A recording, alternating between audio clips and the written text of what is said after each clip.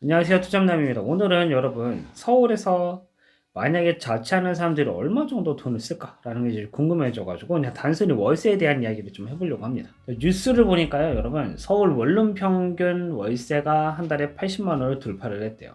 반지하도 70만 원, 거기다 관리비까지만 100만 원 정도 된다는 뜻이죠. 이게 지금 자취생의 현실이에요. 야, 이게 어떻게 이런 일이 일어났을까요? 이게 참 충격적인데 2025년 3월 기준 서울 원룸 평균 월세가 한 80만 원이라고 해요. 2, 3년 전에도 60만 원이었다고 하는데 그것도 저렴한 가격은 아닙니다. 왜냐면 지금 여기 경기도 쪽으로 이렇게 오시면은 한 2천만 원 보증금 내고 월세 60에 아파트를 살 수 있단 말이에요. 아파트를 그러니까 구매한다는 게 아니고 아파트에서 지낼 수가 있어요. 그것도 방 3칸짜리. 근데 서울에서는 그게 안 된다는 거죠.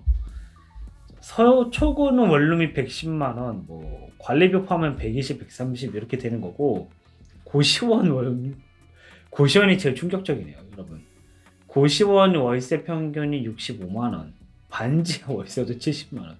아니 이게 서울에서 사는 사람들은 도대체 어떤 상태에 사는 거죠? 한 달에 60만 원, 70만 원, 80만 원 내고 거기다가 관리비까지 내서 90만 원쯤 되면 뭐 먹고 사는 거예요? 한 달에 한 300만 원 번다고 쳐도 남는 게 없을 것 같아요. 이게 쉽지가 않습니다. 그러니까 이게 출퇴근 거리가 뭐 1시간씩 걸려도 경기도에서 살 수밖에 없는 그런 시대에 우리가 살고 있는 겁니다. 진짜 서울이 말도 안 되게 비싸네요. 일단은 가장 큰 문제는 이건가 봐요. 뭐 전세 대출이 뭐 규제되고 뭐 금리도 막 오르고 이러니까 전세 수요가 줄어버리고, 그러니까 왜냐면 집주인들은 이게 또 월세로 전환하면은 월세는 이제 현금이 들어오니까 훨씬 낫다고 생각을 할 수밖에 없겠거든요. 물론 이 자체도 조금 어려워지는 상황이긴 한데 어쨌든 또 거기다가 이 학교나 회사 근처에서 살려고 하는 사람들이 니즈가 있다 보니까 그 니즈를 아는 사람들이 집주인들이 맛집이 많지 않다는 걸 알고 가격을 올리는 경우도 꽤 있거든요. 또 그렇게 해야 살아남는 경우도 있고 하여튼 뭐 여러 가지로 참 문제가 많습니다. 제가 듣기로는 그 관악구 그 신림동 쪽도 되게 비싼데 거기가 제일 싼 지역이잖아요. 거기 주차도 전 얘기 들었을 때 되게 충격이었어요. 근데 봤는데 진짜 집이 무슨 한 몇십 년 된 것 같아요. 단열이 잘 될까? 이런 싶은 곳들이었고 일단 주차가 정말 헬이었습니다. 저 깜짝 놀랐어요. 그렇게 주차하기 어려운 곳은 처음 봤거든요. 저는 이 경기도 쪽에 살고 있다 보니까 경기도는 이렇게 주차 인심이 후해요. 제가 자주 가는 식당들은 일단 주차 자리가 항상 넓게 있거나 최소한 몇 대가 있거나 그 주변에 주차할 곳이 좀 많습니다. 공영 주차장이 꽉 차는 걸 본 적이 없어요. 근데 서울은 조금만 나가도 공영 주차장이 꽉 차고 강남으로 가잖아요. 거기는 주차할 데가 없어요. 그래서 주차장 앱을 이용해 가지고 되게 비싼 값을 내고 그다음에 주차를 해야 주차가 가능한 지역인데 종로 쪽으로 가면 아예 그것도 없대요. 그러니까 그만큼 이제 서울살이가 쉽지 않다는 걸 이렇게 반증하는 거겠죠. 거기다가 수요가 는 것 플러스 알파로 공급이 부족해졌고 규제도 있다. 그러니까 뭐 원룸도 많지 않고 일단은 새로 짓기도 어려워요. 아파트는 많지만 아파트를 살 수 있는 사람은 없는 뭐 이런 상황으로 우리가 볼 수 있는 거죠. 자, 그러면 어떻게 될까요? 원룸에서 사는 사람들은 계속 살겠죠. 뭐 오피스텔에서 사는 사람들도 계속 살겠지만 이게 많이 빠져나가기 시작합니다. 어디로 빠져나가냐? 서울 김포가 아니죠. 김포, 경기도, 외곽 이런 쪽으로 다 슥 빠져나가는 거예요. 서울에서는 도저히 삶을 유지할 수가 없으니까 그냥 교통비를 지불하고서라도 그냥 경기도 이사를 가버리는 겁니다. 특히 결혼을 하면 많이 이사를 가요. 예를 들면 안양 쪽으로 간다든지, 왜냐면 안양에서 강남까지 버스 한 번 타면 그래도 갈 수 있고 이게 전철이 노선도 깔려있는 쪽으로 많이 이사를 간단 말이에요. 그러니까 어떻게 되냐? 서울은 점점점 나이가 들어가고 경기도 지역은 젊어지는 현상이 나타나는 겁니다. 이게 또 평일에는 뭐 낮에는 좀 젊은데 밤에는 나이가 들어버리는, 실제로 거주하는 사람들의 나이는 올라가 버리는 이런 현상들 우리가 심심치 않게 발견할 수 있다라고 볼 수 있는 겁니다. 야, 이게 제가 그런 생각을 해봤거든요. 서울에 제가 만약에 뭐 직장인이다 혹은 학생이다, 그럼 한 달에 얼마 정도의 생활비가 있어야 생활이 가능할까, 이런 걸 생각해 볼 때가 있단 말이에요. 월세에다가 관리비가 100만 원이면 생활비도 100만 원은 든단 말이에요. 그게 미니멈이라고 생각이 들거든요. 특히 서울은 밥값도 비싸고 이래서 쉽지 않은 걸 알고 있습니다. 학교에서 파는 것도 그렇게 싸지 않더라고요. 물론 1,000원짜리 급식도 있고 뭐 학교 급식이라고 해서 이제 학생 급식은 아니 학생 급식 비슷한 뭐 학생 식당 가면 이제 밥을 좀 싸게 먹고 이럴 수 있어요. 그런데 그걸로 버티는 것도 한계가 있단 말이죠. 그렇게 생각해 보면 적어도 200, 좀 더 저렴하게 약간 진짜 아끼는 사람들은 150 이럴 것 같거든요. 150만 원인데 문제는 학생이에요.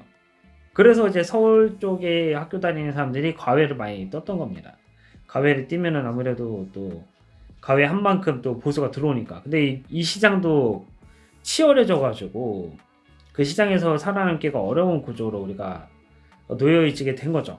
학벌 사회였는데 학벌은 높지만 아이들이 줄어버렸잖아요. 그래서 이제 파이가 자체가 작아지면서 그 과외 시장도 쉽지 않은 걸로 알고 있거든요.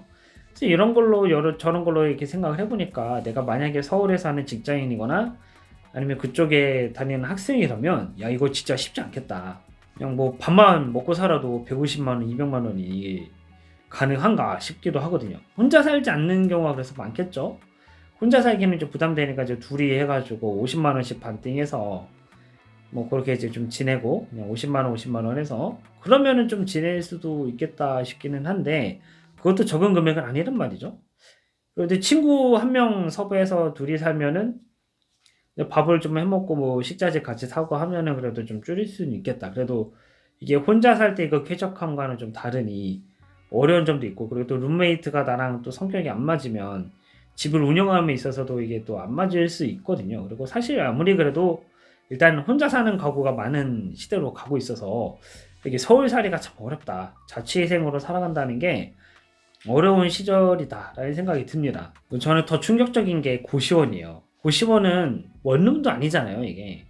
원룸도 아니고 보증금 없이 뭐 이렇게 들어가서 그런지 모르겠는데 거의 뭐 0.5평, 좀 커도 뭐 1평 뭐 이런 느낌이거든요. 정말 딱 내가 한 사람 눕고 책상 조그만 거 하나 있고 약간 TV 하나 있고 뭐 이런 정도의 느낌인데 방음 안 되고 창문 없을 수도 있고 뭐 이런 거 아닌가요?